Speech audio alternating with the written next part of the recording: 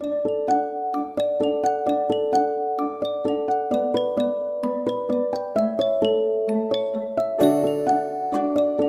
தி Lord. நாள் 236, August 24க்கான வேத பகுதி எரேமியா 21 முதல் 23 வரை. அதிகாரம் 21. சிதேக்கியா ராஜா மல்கியாவின் குமாரனாகிய பஸ்கூரையும் ஆசாரியனான மாஷையாவின் குமாரனாகிய செப்பனியாவையும் எரேமியாவினிடத்தில் அனுப்பி, நீர் எங்களுக்காக கர்த்தரிடத்தில் விசாரியும். பாபிலோன் ராஜாவாகிய நேபுகாத் நேச்சார் எங்களுக்கு விரோதமாய் யுத்தம் செய்கிறான். ஒருவேளை கர்த்தர் தம்முடைய எல்லா அற்புத செயலின் படியையும் எங்களுக்கு அனுகிரகம் செய்து அவனை எங்களை விட்டு போக பண்ணுவார் என்று சொல்லி அனுப்பின போது, எரேமியா அவர்களை பார்த்து, நீங்கள் சிதேக்கியாவுக்கு சொல்ல வேண்டியது, இஸ்ரவேலின் தேவனாகிய கர்த்தர் உரைக்கிறது என்னவென்றால், இதோ உங்களை அலங்கத்திற்கு வெளியே முற்றுகை போட்ட பாபிலோன் ராஜாவோடும் கல்தேயரோடும் நீங்கள் யுத்தம் பண்ணும்படி உங்கள் கைகளில் பிடித்திருக்கிற யுத்த ஆயுதங்களை நான் திருப்பிவிட்டு அவர்களை இந்த நகரத்தின் நடுவிலே சேர்த்து, நான் நீட்டின கையினாலும் பலத்த புயத்தினாலும் கோபமும் உக்கிரமும் மகா கடுமையுமாக உங்களோடு யுத்தம் பண்ணி இந்த நகரத்தின் குடிகளையும் மனுஷரையும் மிருகங்களையும் சங்கரிப்பேன். மகா கொள்ளை நோயால் சாவார்கள். அதற்கு பின்பு நான் யூதாவின் ராஜாவாகிய சிதேக்கியாவையும் அவன் ஊழியக்காரரையும் ஜனத்தையும் இந்த நகரத்திலே கொள்ளை நோய்க்கும் பட்டயத்திற்கும் பஞ்சத்துக்கும் தப்பி மீதியானவர்களையும் பாபிலோன் ராஜாவாகிய நேபுகாத் நேச்சாருடைய கையிலும் அவர்கள் சத்துருக்களின் கையிலும் அவர்கள் பிராணனை வாங்க தேடுகிறவர்களின் கையிலும் ஒப்பு கொடுப்பேன்.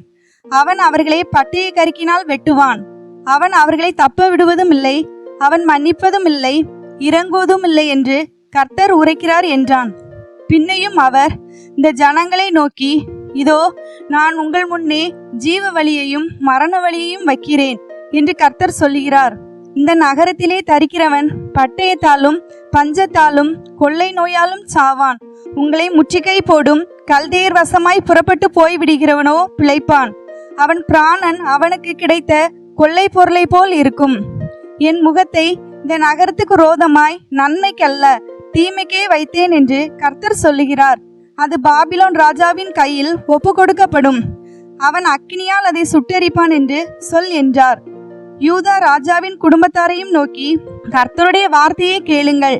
தாவீதின் குடும்பத்தாரே, உங்கள் செய்கைகளுடைய பொல்லாப்பி நிமித்தம் என் உக்கிரம் அக்கினியை போல் புறப்பட்டு அவிக்கிறவன் இல்லாமல் எரியாதபடிக்கு நீங்கள் ஏற்கனவே நியாயம் கேட்டு பறி கொடுத்தவனை ஒடுக்குகிறவனுடைய கைக்கு தப்புவீங்கள் என்று கர்த்தர் சொல்லுகிறார்.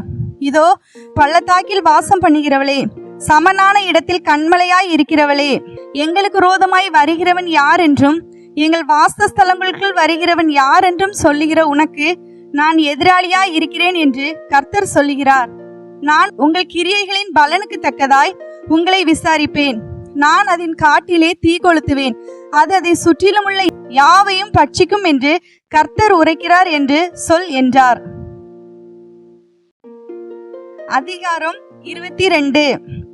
கர்த்தர் சொன்னது, நீ யூதா ராஜாவின் அரண்மனைக்கு போய் அங்கே சொல்ல வேண்டிய வசனம் என்னவென்றால், தாவீதின் சிங்காசனத்தில் வீற்றிருக்கிற யூதாவின் ராஜாவே, நீரும் உம்முடைய ஊழியக்காரரும் இந்த வாசல்களுக்குள் பிரவேசிக்கிற உம்முடைய ஜனமும் கர்த்தருடைய வார்த்தையை கேளுங்கள். நீங்கள் நியாயமும் நீதியும் செய்து பறி கொடுத்தவனை ஒடுக்குகிறவனுடைய கைக்கு தப்புவியுங்கள். நீங்கள் பரதேசியையும் திக்கற்றவனையும் விதவையும் ஒடுக்காமலும் கொடுமை செய்யாமலும் இவ்விடத்தில் குற்றமில்லாத இரத்தத்தை சிந்தாமலும் இருங்கள். இந்த வார்த்தையின்படியே நீங்கள் மெய்யாய் செய்வீர்கள் ஆகில், தாவீதின் சிங்காசனத்தில் உட்கார்ந்திருக்கிற ராஜாக்கள் ரதங்கள் மேலும் குதிரைகள் மேலும் ஏறி அவனும் அவன் ஊழியக்காரரும் அவன் ஜனமுமாக இந்த அரண்மனை வாசல்களின் வழியாய் உட்பிரவேசிப்பார்கள் என்று கர்த்தர் சொல்லுகிறார். நீங்கள் இந்த வார்த்தைகளை கேளாமற் போனீர்களே ஆகில், இந்த அரண்மனை பாழாய் போகும் என்று என் பேரில் ஆணையிட்டேன் என்று கர்த்தர் சொல்லுகிறார். யூதா ராஜாவின் அரண்மனையை குறித்து கர்த்தர், நீ எனக்கு கீலேயாத்தை போலவும் லீபனோனின் கொடுமுடியை போலவும் இருக்கிறாய். ஆனாலும் மெய்யாகவே நான் உன்னை வனாந்தரத்தை போலவும் குடியில்லாத பட்டணங்களைப் போலவும் ஆக்கிவிடுவேன். சங்காரக்காரரே, அவரவர் ஆயுதங்களோடு கூட நான் உனக்கு விரோதமாக ஆயத்தப்படுத்துவேன். உன் உச்சிதமான கேதுருக்களை அவர்கள் வெட்டி அக்னியிலே போடுவார்கள். அநேகம் ஜாதிகள் இந்த நகரத்தை கடந்து வந்து அவனவன் தன் தன் அயலானை நோக்கி, இந்த பெரிய நகரத்திற்கு கர்த்தர் இப்படி செய்தது என்னவென்று கேட்பார்கள். அதற்கு பிரதியுத்தரமாக அவர்கள் தங்கள் தேவனாகிய கர்த்தரின் உடன்படிக்கையை விட்டுவிட்டு அந்நிய தேவர்களை பணிந்து கொண்டு அவைகளுக்கு ஆராதனை செய்தபடியினால் இப்படி ஆயிற்று என்பார்கள் என்று சொல்லுகிறார். மரித்தவனுக்காக அழ வேண்டாம், அவனுக்காக பரிதபிக்கவும் வேண்டாம். சிறைப்பட்டு போனவனுக்காகவே அழுங்கள். அவன் இனி திரும்பி வருவதும் இல்லை, தன் ஜனன பூமியை காண்பதும் இல்லை. தன் தகப்பனாகிய யோசியாவின் பட்டத்துக்கு வந்து அரசாண்டு இவ்விடத்திலிருந்து புறப்பட்டு போன யூதாவின் ராஜாவாய் இருந்த யோசியாவின் குமாரனாகிய சல்லூமை குறித்து அவன் இனி இங்கே திரும்ப வராமல் தான் கொண்டு போகப்பட்ட ஸ்தலத்திலே மரிப்பான். இந்த தேசத்தை அவன் இனி காண்பதில்லை என்று கர்த்தர் சொல்லுகிறார். தனக்கு விஸ்தாரமான வீட்டையும் காற்று வீசும் விசாலமான மேலறைகளையும் கட்டுவேன் என்று சொல்லி பல கனிகளை தனக்கு திறந்து கேதுரு பலகைகளை வைத்து ஜாதிலிங்க வர்ணம் பூசி அநீதினாலே தன் வீட்டையும் அநியாயத்தினாலே தன் மேலறைகளையும் கட்டி தன் அயலான் செய்யும் வேலைக்கு கூலி கொடாமல் அவனை சும்மாய் வேலை கொள்கிறவனுக்கு ஐயோ! நீ கேதுரு மர மாளிகைகளில் உலாவுகிறபடியினாலே ராஜாவாய் இருப்பாயோ? உன் தகப்பன் போஜனம் பானம் பண்ணி நியாயமும் நீதியும் செய்த போது அவன் சுகமாய் வாழ்ந்திருக்கவில்லையோ? அவன் சிறுமையும் எளிமையுமானவனுடைய நியாயத்தை விசாரித்தான், அப்பொழுது சுகமாய் வாழ்ந்தான். அப்படி செய்வதல்லவோ என்னை அறிகிற அறிவு என்று கர்த்தர் சொல்கிறார். உன் கண்களும் உன் மனதுமோ வென்றால் தட்பொழிவின் மேலும் குற்றமில்லாத இரத்தத்தை சிந்துவதின் மேலும் இடுக்கமும் நொறுக்குதலும் செய்வதின் மேலுமே அல்லாமல் வேறொன்றின் மேலும் வைக்கப்படவில்லை. ஆகையால் கர்த்தர் யோசியாவின் குமாரனாகிய யோயாக்கீம் என்கிற யூதாவின் ராஜாவை குறித்து, ஐயோ என் சகோதரனே, ஐயோ சகோதரியே என்று அவனுக்காக புலம்புவதில்லை. ஐயோ ஆண்டவனே, ஐயோ அவருடைய மகத்துவமே என்று அவனுக்காக புலம்புவதில்லை. ஒரு கழுதை புதைக்கப்படுகிற வண்ணமாய் அவன் எருசலேமின் வாசல்களுக்கு வெளியே இழுத்தெறிந்து புதைக்கப்படுவான் என்று சொல்லுகிறார். லீபனோனின் மேலேறி புலம்பு, பாசானில் உரத்த சத்தமிடு, ஆபரேமிலிருந்து கூப்பிட்டு கொண்டிரு. உன் நேசர் அனைவரும் முறிந்தார்கள். நீ சுகமாய் வாழ்ந்திருக்கையில் நான் உனக்கு சொன்னேன், நீ கேளேன் என்றாய். உன் சிறுவயது முதல் நீ என் சத்தத்தை கேளாமற் போகிறதே உன் வழக்கம். உன் மேய்ப்பர்கள் எல்லாரையும் காற்று அடித்து கொண்டு போகும். உன் நேசர் சிறைப்பட்டு போவார்கள். அப்போதல்லவோ உன் எல்லா பொல்லாப்பி நிமித்தமும் நீ வெட்கப்பட்டு லட்சையடைவாய். லீபனோனில் வாசமாய் இருந்து கேதுரு மரங்களில் கூடு கட்டி கொண்டிருக்கிறவளே, வேதனைகளும் பிள்ளை பெரியொழுக்கொத்த வாதையும் உனக்கு வருகையில் நீ எவ்வளவு பரிதபிக்கப்படத்தக்கவளாய் இருப்பாய். யூதாவின் ராஜாவாகிய யோயாக்கீமின் குமாரன் கோனியா என் வலது கையின் முத்திரை மோதிரமாய் இருந்தாலும் அதிலிருந்து உன்னை கலற்றி எறிந்து போடுவேன் என்று என் ஜீவனை கொண்டு சொல்கிறேன் என்று கர்த்தர் சொல்லுகிறார். உன் பிராணனை வாங்க தேடுகிறவர்களின் கையிலும் நீ பயப்படுகிறவர்களின் கையிலும் உன்னை ஒப்பு கொடுப்பேன். பாபிலோன் ராஜாவாகிய நேபுகாத் நேச்சாரின் கையிலும் கல்தேயரின் கையிலும் ஒப்பு கொடுப்பேன். உன்னையும் உன்னை பெற்ற தாயையும் உங்கள் ஜனன பூமி இல்லாத அந்நிய தேசத்திலே துரத்தி விடுவேன். அங்கே சாவீர்கள். திரும்புவதற்கு தங்கள் ஆத்துமா வாஞ்சிக்கும் தேசத்திற்கு அவர்கள் திரும்பி வருவதில்லை. கோனியா என்கிற இந்த மனுஷன் அவமதிக்கப்பட்ட உடைந்த சிலையோ, ஒருவரும் விரும்பாத பாத்திரமோ? அவனும் அவன் சந்ததியும் தள்ளுண்டதும் தாங்கள் அறியாத தேசத்திலே துரத்திவிடப்பட்டதும் ஏது? தேசமே, தேசமே, தேசமே, கர்த்தருடைய வார்த்தையை கேள். இந்த புருஷன் சந்தானமற்றவன், தன் நாட்களில் வாழ்வடையாதவன் என்று இவனை குறித்து எழுதுங்கள். அவன் வித்தில் ஒருவனாகிலும் வாழ்வடைந்து தாவீதின் சிங்காசனத்தில் வீற்றிருந்து யூதாவில் அரசாள போகிறதில்லை என்று கர்த்தர் சொல்லுகிறார். அதிகாரம் 23.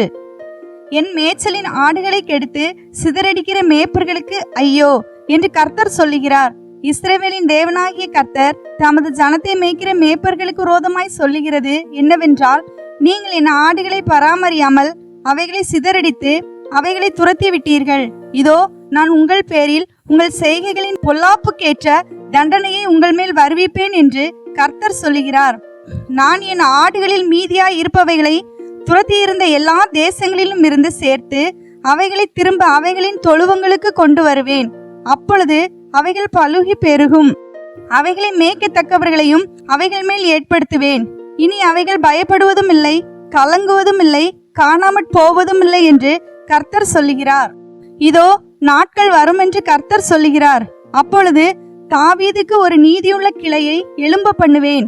அவர் ராஜாவாய் இருந்து ஞானமாய் ராஜரீகம் பண்ணி பூமியிலே நியாயத்தையும் நீதியையும் நடப்பிப்பார். அவர் நாட்களில் யூதா ரட்சிக்கப்படும், இஸ்ரவேல் சுகமாய் வாசம் பண்ணும்.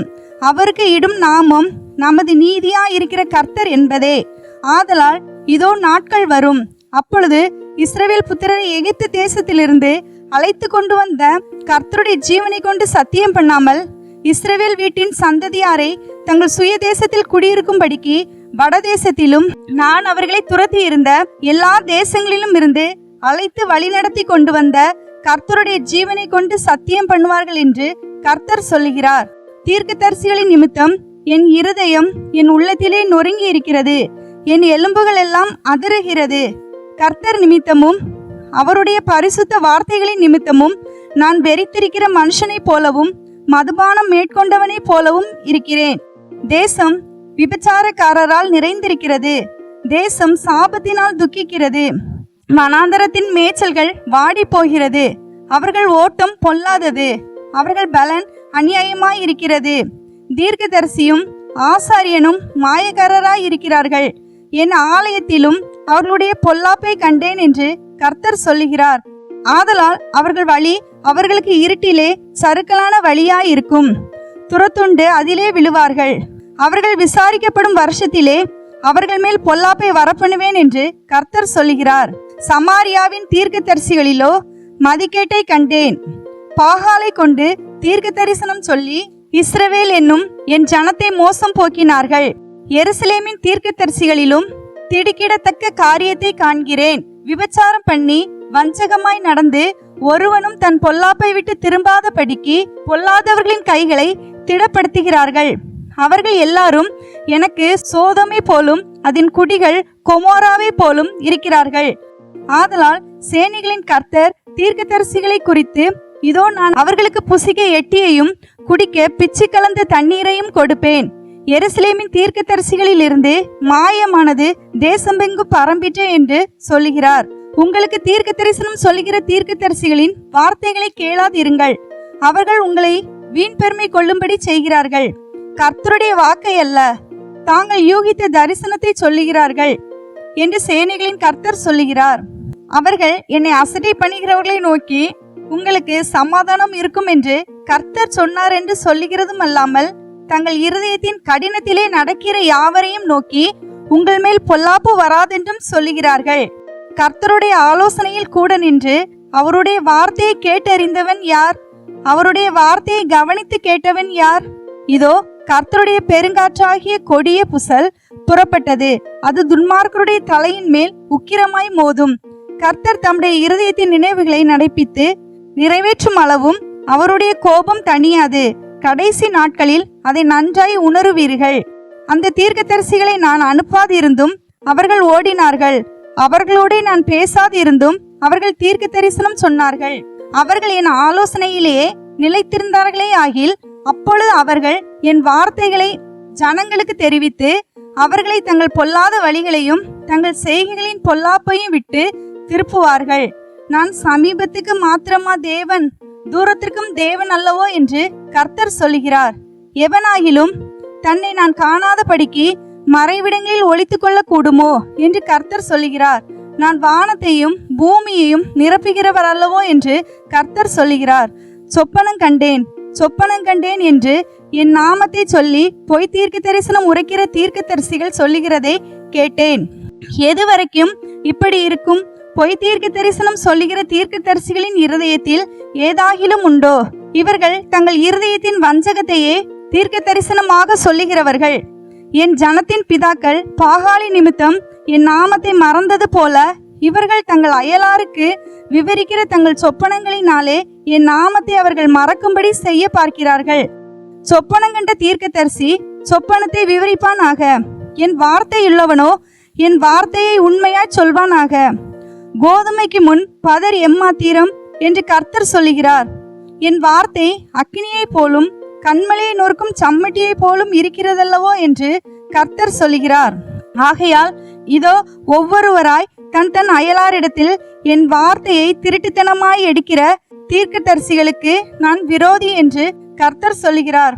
இதோ தங்கள் நாவின் சொல்லையே வழங்கி அவர் அதை உரைத்தார் என்று சொல்லுகிற தீர்க்கதரிசிகளுக்கு நான் விரோதி என்று கர்த்தர் சொல்லுகிறார். இதோ பொய் சொப்பனங்களை தீர்க்க தரிசனமாக சொல்லி அவைகளை விவரித்து என் ஜனத்தை தங்கள் பொய்களினாலும் தங்கள் வீம்புகளினாலும் மோசம் போக்கிறவர்களுக்கு நான் விரோதி என்று கர்த்தர் சொல்லுகிறார்.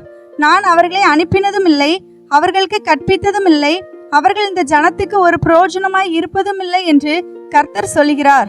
கர்த்தராலே சுமரும் பாரம் என்னவென்று இந்த ஜனமாகிலும் ஒரு தீர்க்கதரிசியாகிலும் ஒரு ஆசாரியனாகிலும் உன்னை கேட்டால் உங்களை தள்ளிவிடுவேன் என்பதே பாரம் என்று நீ அவர்களுடனே சொல்ல வேண்டும். கர்த்தரால் சுமரும் பாரம் என்று சொல்லுகிற தீர்க்கதரிசியாகிலும் ஆசாரியனாகிலும் ஜனமாகிலும் சரி, அப்படி சொல்லுகிற மனுஷனையும் அவன் வீட்டாரையும் தண்டிப்பேன் என்று கர்த்தர் சொல்லுகிறார். கர்த்தர் என்ன மறு உத்தரவு கொடுத்தார், கர்த்தர் என்ன சொன்னார் என்று நீங்கள் அவரவர் தங்கள் அயலாரையும் அவரவர் தங்கள் சகோதரனையும் கேட்பீர்களாக. ஆனால் கர்த்தரால் சுமரும் பாரம் என்கிற சொல்லை இனி வழங்காதிருப்பீர்களாக. அவனவன் வார்த்தையே அவனவனுக்கு பாரமாய் இருக்கும். அதேனென்றால் நமது தேவனாகிய சேனைகளின் கர்த்தர் என்கிற ஜீவனுள்ள தேவனுடைய வார்த்தைகளை புரட்டுகிறீர்கள். கர்த்தர் உனக்கு என்ன மறு உத்தரவு கொடுத்தார், கர்த்தர் என்ன சொன்னார் என்று நீ தீர்க்கதரிசியை கேட்பாயாக. நீங்களோவெனில் கர்த்தரால் சுமரும் பாரம் என்று சொல்லுகிறபடியினாலே கர்த்தரின் பாரம் என்று சொல்லாதிருங்கள் என்று நான் உங்களுக்கு சொல்லி அனுப்பியும் நீங்கள் இந்த வார்த்தையை கர்த்தரின் பாரம் என்று சொல்லுகிறீர்களே. ஆதலால் இதோ நான் உங்களை மறக்கவே மறந்து உங்களையும் நான் உங்களுக்கும் உங்கள் பிதாக்களுக்கும் கொடுத்த நகரத்தையும் எனக்கு முன்பாக இராதபடிக்கு கைவிட்டு மறக்கப்படாத நித்திய நிந்தையும் நித்திய லட்சையும் உங்கள் மேல் வரப்பண்ணுவேன் என்று கர்த்தர் சொல்லுகிறார். இன்றைய நாளுக்கான வேத பகுதி வாசித்து முடிந்தாயிற்று. கர்த்தருக்கே மகிமை உண்டாவதாக. ஆமேன். இன்றைய நாளுக்கான வேத பகுதியிலிருந்து ஒரு கேள்வி. யாருக்காக அழ வேண்டாம்? இன்றைய நாளுக்கான வாக்குத்தத்தம் எரேமியா 23:5. தாவீதுக்கு ஒரு நீதியுள்ள கிளையை எழும்ப பண்ணுவேன். இந்த வாக்குத்தத்த வசனத்தின்படி கர்த்தர் நம்மை ஆசீர்வதிப்பாராக. ஆமேன்.